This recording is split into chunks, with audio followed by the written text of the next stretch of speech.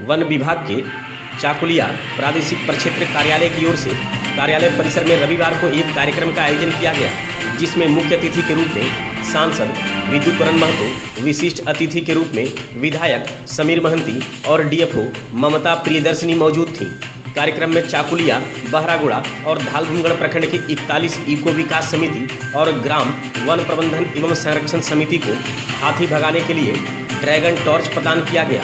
जिसे सांसद, विधायक और डीएफओ के हाथों समिति को दिया गया। कार्यक्रम में विधायक ने वन विभाग से हाथी भगाने के लिए एक टोल फ्री नंबर जारी करने के साथ हाथी भगाने के लिए स्थानीय लोगों को प्रशिक्षण देकर रोजगार से जोड़ने की बात कही। वहीं सांसद ने हाथी के द्वारा लोगों को मौत के घाट उतारे जाने पर चिंता व्यक्त करते हुए वनों के पशु पक्षी और मनुष्य की सुरक्षा की बात कही। कार्यक्रम में जिला पार्षद जगन्नाथ महतो, जिला पार्षद एलिस मांडी, रेंजर अशोक सिंह, रेंजर राम बाबू कुमार, फॉरेस्टर बुद्धदेव,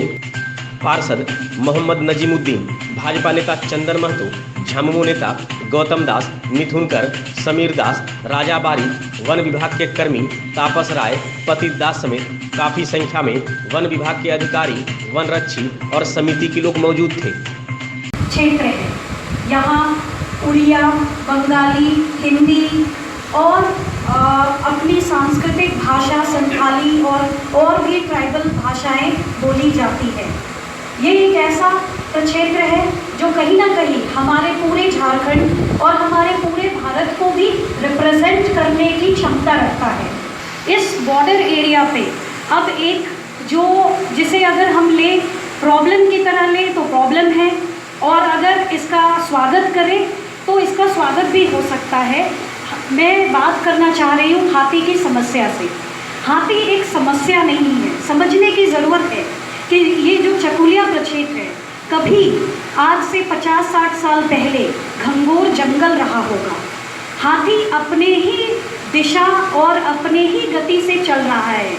जैसा वो 60 साल पहले चलता था, आज भी वो उसी कॉरिडोर, उसी क्षेत्र और उसी रास्ते में चल रहा है। बस फ़र्क इतना है कि आज हम जहाँ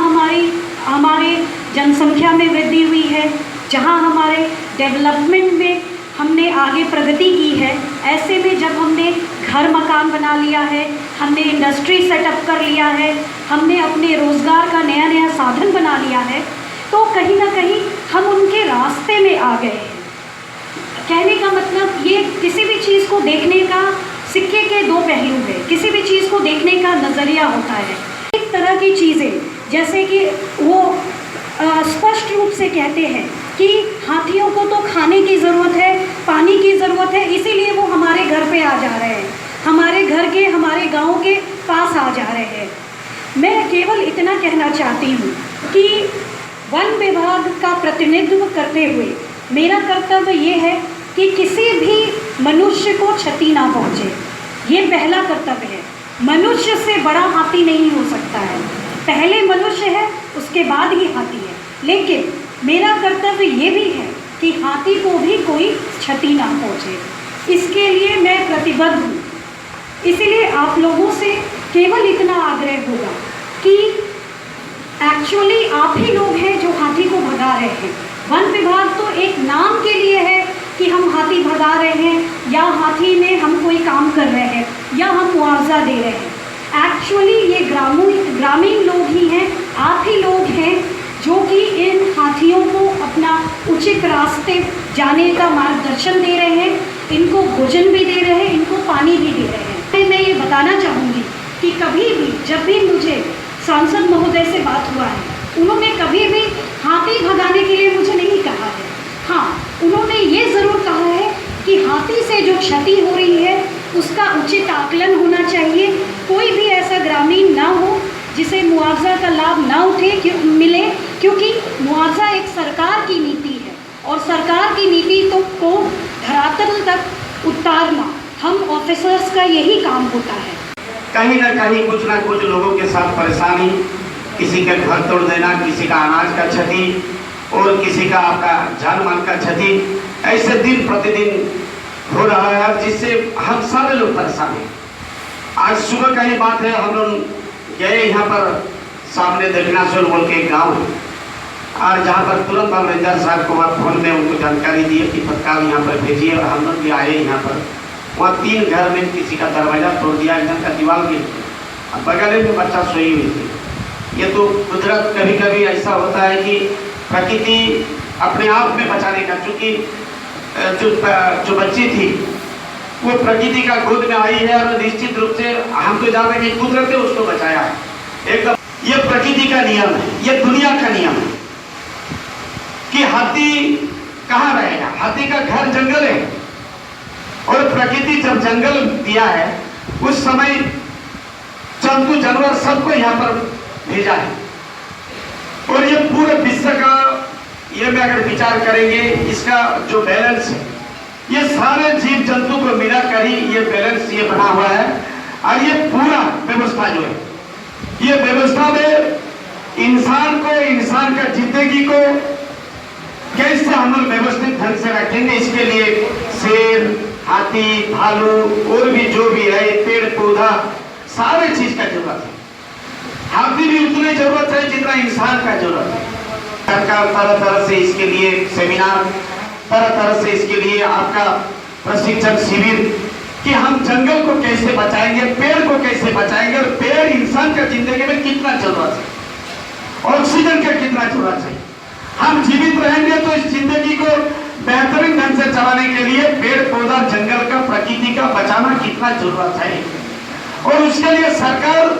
सिर्फ मुंह पर नहीं बोल रहा, बल्कि तरह तरह से सरकार खर्चा भी कर रहा कि हम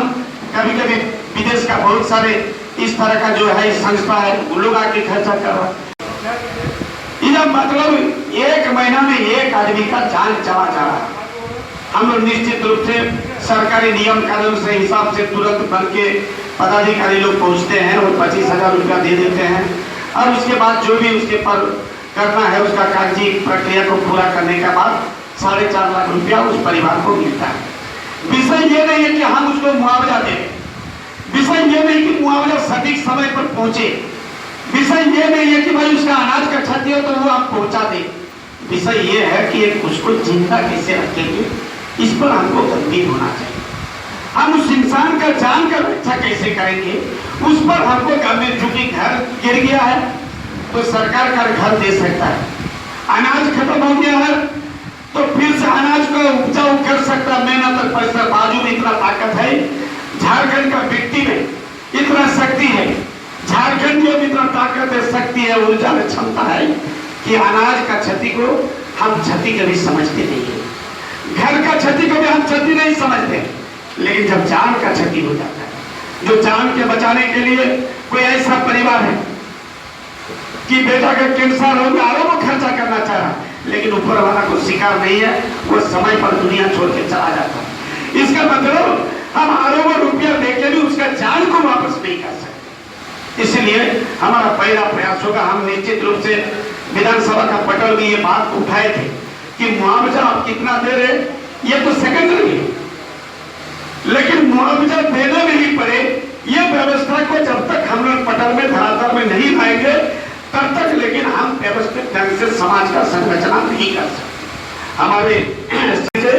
और उसके बाद वो रेंजर साहब को या किसी को भी वो कम्युनिकेशन करे, और जो वहाँ पर जो लोकेशन है वो लोकेशन को सॉर्ट आउट करके वहां तक भेजे, और उस दस्ता को आप भेजे ताकि उसको वहां पर उनको सहयोग मिले। दूसरी बात ये है कि लाइट का रूप हम लोग इसलिए दे रहे कि भाई अंधकार में कभी कभी लाइट आपका हाथी हमला करके, हाथी जब आता है तो जनरली हाथी आता है तो लोगों को पता चल के, हम लोग कभी रात को आते हैं तो रास्ते में लोग को खड़ा देखते तो हम लोग समझ जाते हैं कि कहीं ना कहीं बगल में हाथी है। लेकिन अंधेरा में जब हाथी हमला कर देता है तो गांव के लोगों को समझ में नहीं आता कौन झाड़ी से हाथी निकल रहा और उसमें जान का क्षति हो रहा। हम लोग का पहला जिम्मेदारी रहेगा कि हाथी द्वारा जान का क्षति नहीं हो, क्योंकि 4.5 लाख रुपया जो देगा।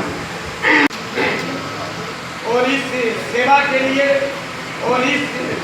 वीरता के लिए उनको एक थोड़ा सा, क्योंकि गांव का एक लड़का का ये सेवा के लिए और ये बहादुरी के लिए उनको एक थोड़ा सा आर्थिक मदद भी हो जाए, और उनको एक काम भी मिले और गांव का लोगों को भी जान माल का रक्षा हो जाए। ये व्यवस्था के लिए हम चाहेंगे कि बंगाल का टीम से संपर्क जोड़िए और हम 2-3 बार इनसे हम बात किए, हम 2-3 बार बात किए हैं कि आप एक काम करिए, हमारे पूर्वी सिंहभूम का वन के पदाधिकारी, हमारे संलग्न जो जिला है झारखंड और हमारे संलग्न जो ये है मनोहर, ये तीनों जिला का एक जॉइंट प्रतिनिधि का एक बैठक आप लोग करेंगे और दोनों तीनों के बीच ये बात रखिए कि आखिर सारे लोग का जिम्मेदारी ये है कि हम लोग इसका रक्षा करें। आप अकेले सुरक्षित है, सुव्यवस्थित है, वो सब्जेक्ट नहीं, सब्जेक्ट ये है तीनों पड़ोसी राज्य में हम लोगों को कैसे सुरक्षा दे सकते हैं ताकि उसका जान माल का क्षति है। ये जो हमारे झारखंड है, आज से हजारों साल पहले जब महाप्रभु चैतन्य देव जब पुरी से गया की ओर जा रहे थे, इस झारखंड में खास करके सिंहभूम जिला में लगभग 3 दिन उन्होंने प्रवास किया और उनका वाणी था कि पयपत्रे पयपदम साल फक्रे भजनम खिजूर पुत्र शयनम झारखंड की विधियों। मैंने झारखंड के आदमी इतने सरल हैं जिनका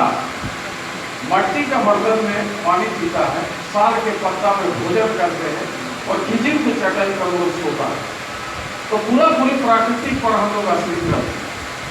और ये महाप्रभु चैतन्य हजारों साल पहले ये शब्द उन्होंने कहा, लोग झारखंड उन्होंने नाम दिया था झारखंड। ये झारखंड आजकल का नाम दिया नहीं है, हजारों साल पुराना उनके वाणी द्वारा झारखंड का नाम दिया गया। लेकिन आज हम जब चलते हैं तो देखते हैं जंगल की अवैध कटाई व्यापक पर आज नहीं हुआ। एशिया का सबसे बड़ा जंगल जो है कहाँ पर था? हमारे पुरानी में था, बड़ा साल मैडम। हम लोग जब झारखंड मूवमेंट में उस क्षेत्र में रहते थे और घूमते थे तो सूर्य का जो उदय होता था वो 12-1 बजे नीचे जमीन पर आता था, उसका पहले नहीं आता। पूरा जंगल जो है रहता था और उसमें सिर्फ जंगल का कटाई का चलते मैं बता देना चाहता हूँ, ये जो अपन फॉरेस्ट है झारखंड का काफ़ी धनी है और हम लोग के पूर्वज का जो द्वारा आशीर्वाद से आज हम लोग यह जन्म प्राप्त किए तो मेरा जीवन सौभाग्य है। का मूलवासी जंगल से काफ़ी प्यार करते। पिछले जो 10-20 साल पार हुआ, इसको गार्ड फॉरेस्ट नहीं होने के कारण अवैध कटाई व्यापक परिमाण में क्षेत्र में हुआ, जिसका प्रतिकूल असर हमको समाज में देखने को मिला और उसका असर जो है हाथी जैसा जंतुओं पर भी पड़ता। और इसके पूर्व जो आप लोग बताना चाहते हैं कि अगर इसको हम लोग सशक्ति करें, इसको हर चीज़ों में वन प्रबंधन समिति का सारे जुगाड़ हम लोग दे सकें सरकार के द्वारा, तो निश्चित रूप से जंगल को भी बचाएंगे और हाथी में आने वाला क्षति जो होगा इससे भी हम लोग निजात पाएंगे और जनजीवन मान जान का जो माल हानि हो रहा है इसको भी हम लोग सुनिश्चित कर पाएंगे। अभी सबसे बड़ा दिक्कत है